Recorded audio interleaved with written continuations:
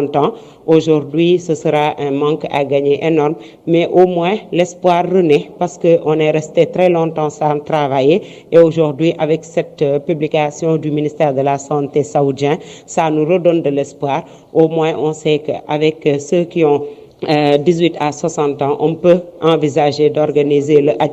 Donc, on continue à suivre les informations en provenance de l'Arabie Saoudite et on attend également les informations en provenance du gouvernement du Sénégal à travers la délégation générale au pèlerinage. Et Inch'Allah, nous espérons que tout puisse se passer pour les meilleures conditions du Hajj de cette année dans ce contexte de Covid qui réduit drastiquement les gens qui y vont ainsi que les conditions dans lesquelles nous l'effectuons également. Des récitals du Saint-Coran, des offrandes et des prières. La communauté Lébou a réuni les 12 pench de Dakar et les autres villages traditionnels. Aujourd'hui, objectif prier pour un Sénégal de paix. La cérémonie a mobilisé un parterre de dignitaires Lébou, Djaraf, Imam. Abdoulaye Mokhtar Diop, grand serigne de Dakar, revient sur l'importance de ces journées de prière. Il est avec Abdourahmane Li. Il est dans les habitudes de la collectivité Lébou. À chaque fois qu'un malheur, à chaque fois qu'une épidémie éclate dans la région de Dakar, les sachants se réunissent pour vraiment aussi bien des récitals de Coran que des sacrifices et des rituels qui nous sont propres. Comme je l'ai dit, il y a des parties accessibles aux gens et d'autres qui ne le sont pas. Donc la clôture aujourd'hui met un terme à plus de 4 semaines de prières, de libations et de rituels et d'autres sacrifices, aussi bien sur le continent qu'en mer. Donc c'est pour cette raison que toute la région du Cap-Vert, l'ancienne région du Cap-Vert, s'est retrouvée aujourd'hui chez le Celtique Baye de Meng, père de Mamadou Meng, pour justement clôturer les prières en présence de l'imam Ratib de Dakar et des grands imams des autres régions.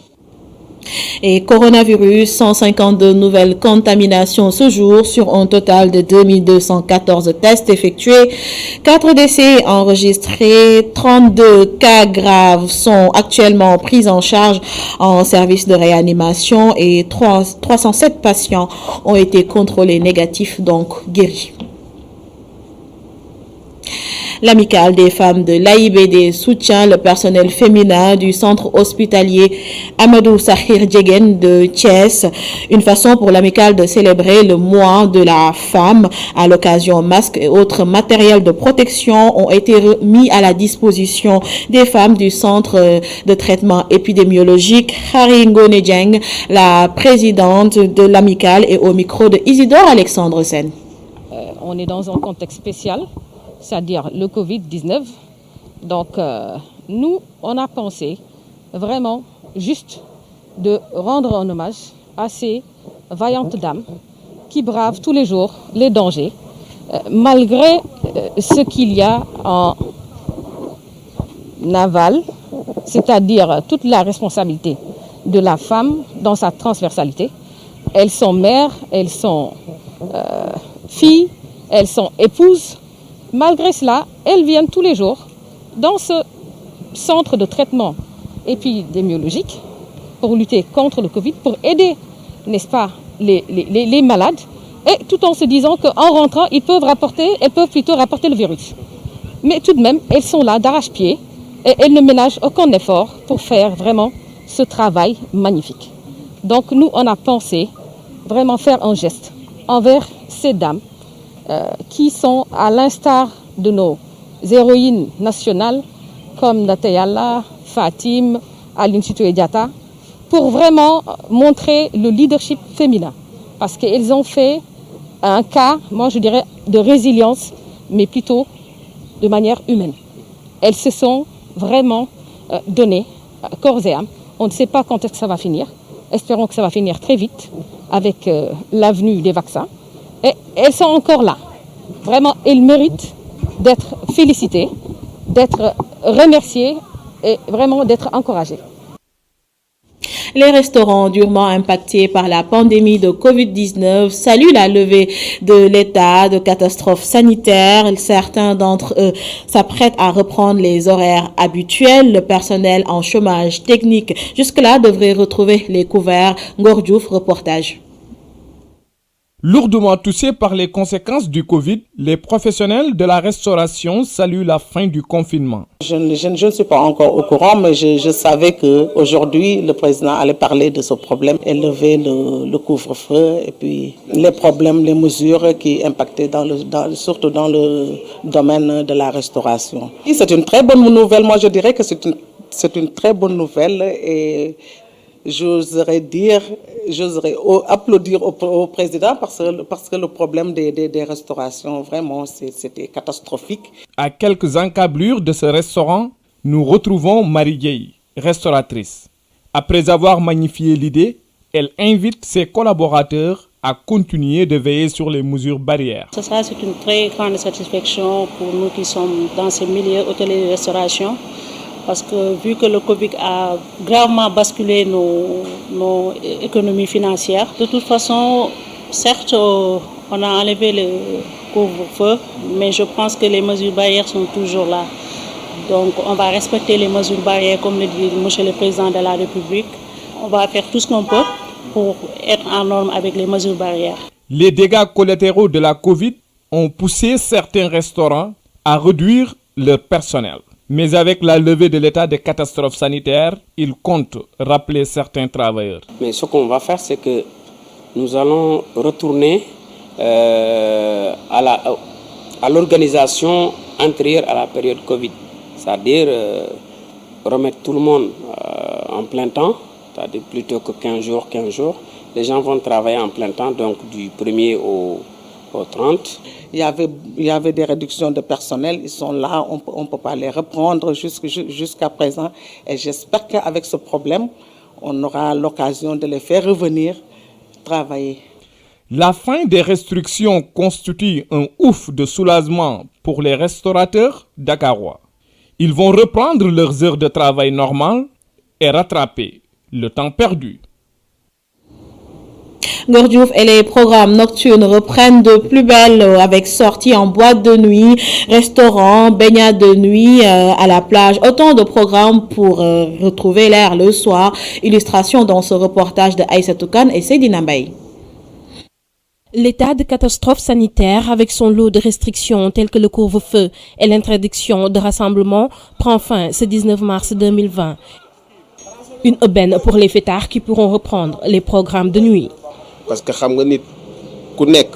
On apprécie cette levée des restrictions parce que nous sommes des businessmen et nous avons besoin de liberté. Cela fait partie de la vie. On a le droit de s'amuser après des mois de couvre-feu. Il est temps de profiter de la vie, aller au resto et dans les boîtes de nuit. Il faut se faire plaisir. Ceci nous a vraiment manqué. En tant que Guewel, nous gagnons notre vie grâce aux soirées et aux événements. Cet artiste est ravi de la nouvelle, même s'il est habitué au rythme du couvre-feu. Il faudra quelques semaines pour se réhabituer aux virées nocturnes. Nous sommes des artistes. Ce sont les programmes de nuit qui nous nourrissent. Cependant, si le président met fin au couvre-feu, nous allons nous réhabituer difficilement à sortir la nuit. Même si les soirées reprennent, il faudra attendre quelques semaines, un mois ou plus pour se réhabituer. Enthousiaste depuis qu'elle a reçu la nouvelle, cette fille n'attendait que la levée du couvre-feu pour faire la fête. Nous les jeunes, vraiment, on est très contents parce que la réouverture des boîtes de nuit, c'est ce que nous attendions le plus. Se faire belle, sortir entre copines, profiter au maximum de la soirée. Même notre métier marche à travers les événements nocturnes, donc on ne peut que s'en réjouir.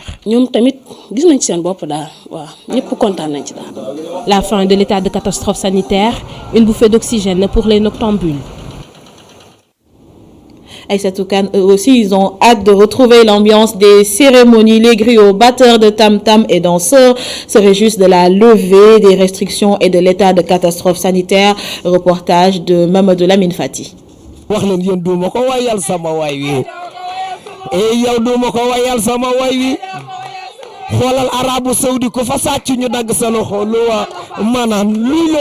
Levée de l'état de catastrophe sanitaire, c'est la fête chez les griots, batteurs de tam-tam et danseuses.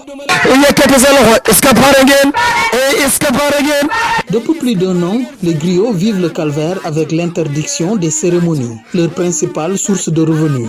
Anta Koumba Madiaga et Ngone Ngom, 2 danseuses qui ont souffert durant cette période. C'est le programme qui nous faisait vivre. Avec la levée des restrictions, cela nous fait vraiment plaisir.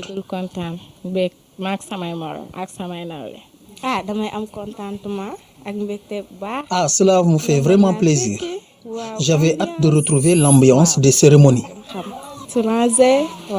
Avec cette levée de l'état de catastrophe sanitaire, Ahmed Sek, batteur de Tam Tam, va enfin retrouver son jeu favori, un moment qu'il a longtemps attendu. Affaire yi biñ ko tëjee métti na ci ñun lool parce que ñun aar lañ am quoi mooy suñu lépp tamit si la ñuy teral suñu yaay di si teral suñu baay di ci sant yàlla tamit bu baax kon buñ ko tëjee daal day xaw a métti ci ñun lool. Nous sommes des artistes, nous vivons de ça.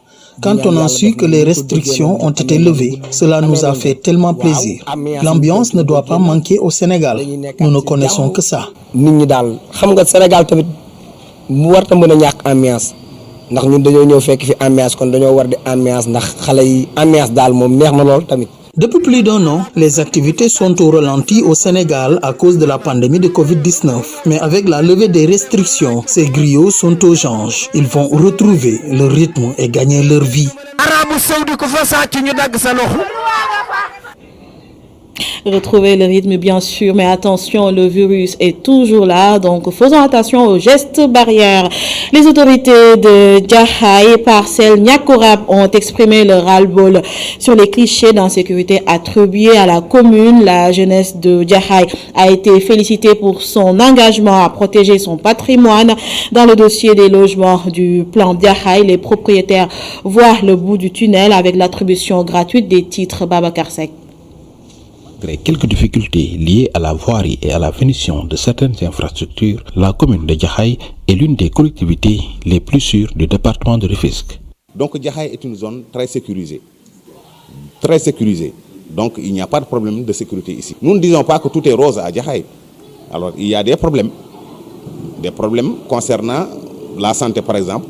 Nous avons un centre de santé en construction qui n'est pas encore terminé. Donc il y a d'autres, les voiries, déjà il y a Promoville qui est dans la ville, mais il y a des quartiers quand même qui n'ont pas encore pu bénéficier de ces routes-là. Donc tout ça, nous demandons à l'État de le faire. Les autorités ont salué la maturité de la jeunesse de Jaxaay qui a su préserver le patrimoine de la commune lors des dernières manifestations. Donc Jaxaay, pas une bouteille n'a été brisée ici, n'a été cassée. Donc nous remercions toute la population de Jaxaay pour leur maturité. Mais nous remercions aussi la jeunesse de Jaxaay parce que nous avons vu lors des manifestations que c'était des jeunes qui étaient dans la rue. Et tous les jeunes de Jaxaay étaient restés chez eux. Bon, la majeure partie était devant les édifices publics, la mairie, etc., pour protéger leur patrimoine. La régularisation des logements du plan Jaxaay est en cours avec l'attribution gratuite de titres aux propriétaires. Parce qu'à l'époque, c'était des locations-ventes. Et le président de la République a attribué gratuitement les maisons aux populations de Jaxaay. C'est des maisons au nombre de 3000. Donc les 2725 sont déjà habitées. Et le président les a offerts ça gracieusement. Lors de cette rencontre de la coalition Benno Bokk Yakaar de Jaxaay, les alliés ont réaffirmé leur soutien au président de la République. Alimentation en eau potable du pôle d'habitat et d'affaires dans la zone aéroportuaire de Diass et dans la Petite Côte. La SONES et l'AIBD ont signé une convention qui autorise la réalisation d'un ensemble d'installations qui permettra de juguler définitivement le déficit en eau dans la zone. Voici Charles Fall, le directeur général de la SONES. La SONES apprécie à sa juste valeur cette convention qui autorise à réaliser sur un site de 2 hectares environ les ouvrages ci-après dans le cadre de la composante distribution du projet de construction de la troisième usine de Keur Massar. Il s'agit d'un réservoir au sol d'une capacité de 5 millions de litres d'eau ici à Diass qui permettra de sécuriser l'alimentation de AIBD, y compris les futurs pôles de développement autour de AIBD, allant même jusqu'à Daga-Kholpa, comme nous l'avons vu tantôt. Une ligne adduction de diamètre nominal de 1,40 m à partir de la nouvelle conduite de KMS3 pour le transfert des eaux vers AIBD et la Petite Côte sur 6,8 km. Une autre ligne adduction de diamètre moindre de 700 mm pour alimenter le réservoir de Dias sur 5,7 km. Un réservoir de distribution structurant sur 14,3 km. Passons à présent au portrait du jour. Nous nous intéressons à Vieux Mass Ngom. Il a exercé plusieurs métiers avant de se prêter à la tôlerie. Aujourd'hui, son métier lui a permis de réaliser beaucoup de ses ambitions. Abdourahmane Ly. Vieux Mass Ngom a fait long feu au lycée pour suivre les pas de son idole. C'est au cours de l'année scolaire en classe de 6e qu'il quitte l'école pour se trouver un métier comme sa référence, son grand frère. Vieux a d'abord été tapissier, puis mécanicien avant d'être aujourd'hui tôlier. Un jeune qui en veut malgré les difficultés qu'il a traversées, surtout après le décès de son père. Nous avons aménagé à Guédiawaye après le décès de mon père. On me donnait 200 francs CFA comme transport pour rentrer à Guédiawaye et pour revenir travailler le lendemain. Et du coup, je marchais de Grand Dakar au rond-point Casby, des parcelles assainies où je prenais le bus avec 100 francs CFA. Et le lendemain également, je marchais de la police des parcelles pour venir travailler à Grand Dakar. Je l'ai fait durant plusieurs années. Des difficultés qui l'ont poussé à tenter à 2 reprises l'émigration clandestine. Et il n'y aura pas de 3e fois, rassure le tôlier. La première fois, c'est la pirogue qui s'était cassée. On a été jusqu'en Mauritanie et bien sûr, nous avions été obligés de rebrousser chemin. Le 2e coup d'essai, c'est notre machine qui était tombée en panne en haute mer. Nous sommes par la suite rentrés. C'est après, lorsque je suis revenu à la maison, que j'ai pris sérieusement conscience que j'avais laissé une famille derrière. Ils étaient tous déboussolés. Aujourd'hui, avant de faire quoi que ce soit, je pense d'abord à eux. Un regain de force qui le pousse à poursuivre sa quête d'espace pour poursuivre son métier de tôlier. De Solida, il s'installe par la suite à Benetali avant de quitter quelque temps après pour l'ancienne piste où il décide enfin de prendre son destin en main. Un lieu où ses autres camarades et lui seront déguerpis par l'État du Sénégal quelques années plus tard. Un fait qui ne le décourage pas, loin s'en faut. Vieux finit par s'installer devant le domicile de sa grand-mère à Grand Dakar. Dans cet atelier, il forme au moins 7 jeunes. Il y a des gens qui viennent ici pour travailler. D'autres, par contre, ce sont leurs parents qui nous les amènent en guise de punition. Mais nous faisons de sorte que tout le monde soit dans les mêmes conditions d'apprentissage. Un métier qui lui a aujourd'hui permis d'exaucer le rêve de sa mère. Grâce à ce métier, nous avons amené notre mère au pèlerinage de la Mecque. Toujours, grâce à notre activité, j'ai construit ma propre maison. Aujourd'hui, je ne regrette vraiment pas d'avoir choisi ce métier. Un satisfecit qui ne l'empêche pas d'interpeller les autorités sur le processus de financement des activités des jeunes. Il espère une souplesse dans les démarches. Et comme vous le savez sans doute, aujourd'hui le Sénégal célèbre un de ses dignes fils. Amadou Makhtar Mbow souffle ses 100 bougies. Mbow, la sagesse, l'édito signé par le directeur du site emedia.sn. Mamadou Ndiaye rend ainsi hommage à l'ancien ministre de l'Éducation nationale et ancien directeur de l'UNESCO. Pour lui, Amadou Makhtar Mbow a marqué son époque et s'imposé comme un acteur en puissance. Et vous l'avez compris, c'est l'article de la semaine. Les détails avec El Hadj Malick Cissé, Seydina Mbaye.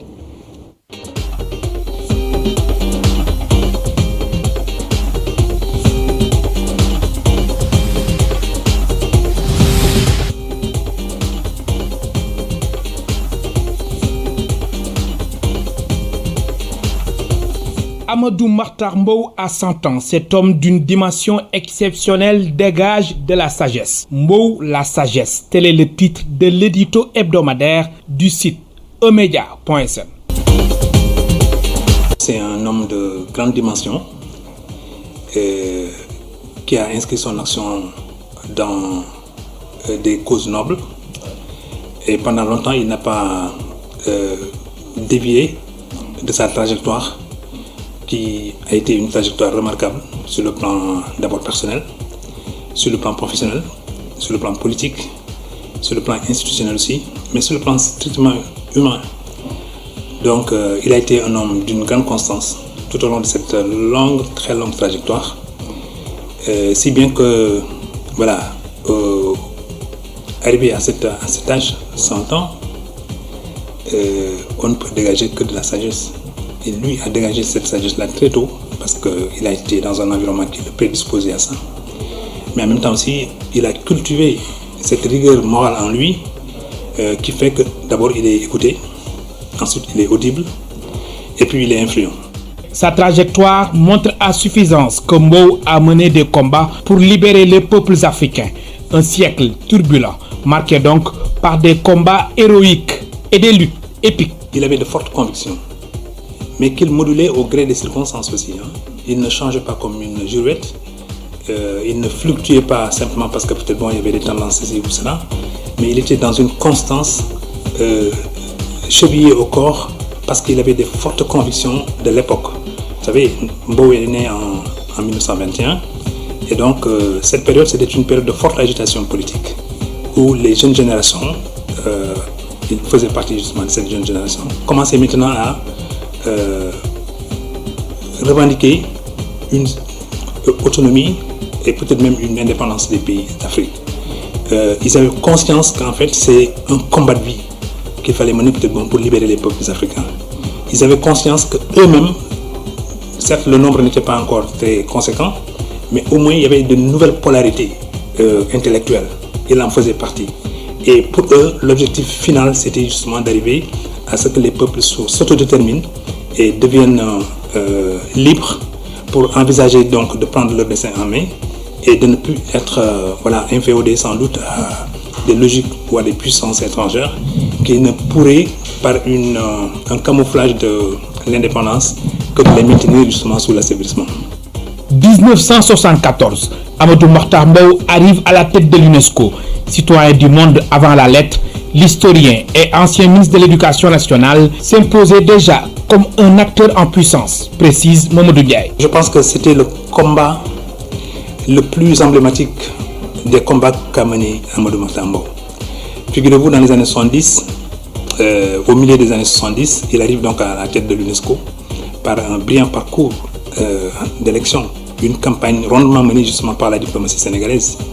Et puis, un Africain de son âge, il n'avait pas peut-être 50 ans, arrive à la tête de cette UNESCO et décide, à la lecture donc qu'il a faite du monde et des forces en présence, de se dire qu'il y a la possibilité donc de rééquilibrer le monde. Parce que selon lui et selon la lecture qu'il avait faite donc de la géopolitique mondiale, les pays du Sud étaient défavorisés par rapport aux pays du Nord. Tout était dans le Nord, les médicaments, l'enseignement supérieur, les forces militaires, les forces économiques, les forces financières. En fait, tout devait venir du Nord. Les Sud n'étaient là que peut-être pour hausser la tête et regarder donc venir les subsides. Mais lui, lucide, mais également très alerte, a commencé à poser les jalons en se disant il faut rectifier la trajectoire de l'UNESCO. Puisque l'UNESCO a un but précis, bénéficiant d'un mandat de l'ONU, il lui fallait donc au moins être le creuset du dialogue des cultures. Et les cultures ne peuvent pas dialoguer quand il y a un déséquilibre de l'information. Un déséquilibre de l'information qui l'a poussé à mener le combat sur le nouvel ordre mondial de l'information et de la communication. Mbow a préconisé un lifting des médias du Sud. Le dialogue ne peut pas s'instaurer s'il n'y a pas égal accès à l'information, mais surtout à l'information qui donne plus d'autonomie, donne plus d'éclairage à une frange de la population basée sur le Sud. Et donc, il a sorti, après un rapport qui également était brillant, rédigé justement par l'Irlandais Sean McBride, Mbow s'est appesanti sur ce rapport pour pouvoir maintenant faire porter par l'UNESCO et après par l'ONU disons, ce rééquilibrage par un nouvel ordre mondial de l'information et de la communication. Et puis, il a rondement mené. Nous étions jeunes, mais nous le voyions dans les différents cénacles, dans les différents forats, dans les différents amphithéâtres, dans les grandes réunions mondiales des gens qui étaient des leaders, n'est-ce pas, dans leur domaine. Oumbo arrivait effectivement avec peu de papier à la main, mais un tribun hors pair qui arrivait effectivement à renverser donc la vapeur pour donc faire pénétrer l'idée de réorganiser peut-être l'information mondiale, mais en même temps aussi peut-être de donner une chance aux médias du Sud de pouvoir parler au Nord. Amadou Mokhtar Mbow avec son sourire légendaire à 100 ans.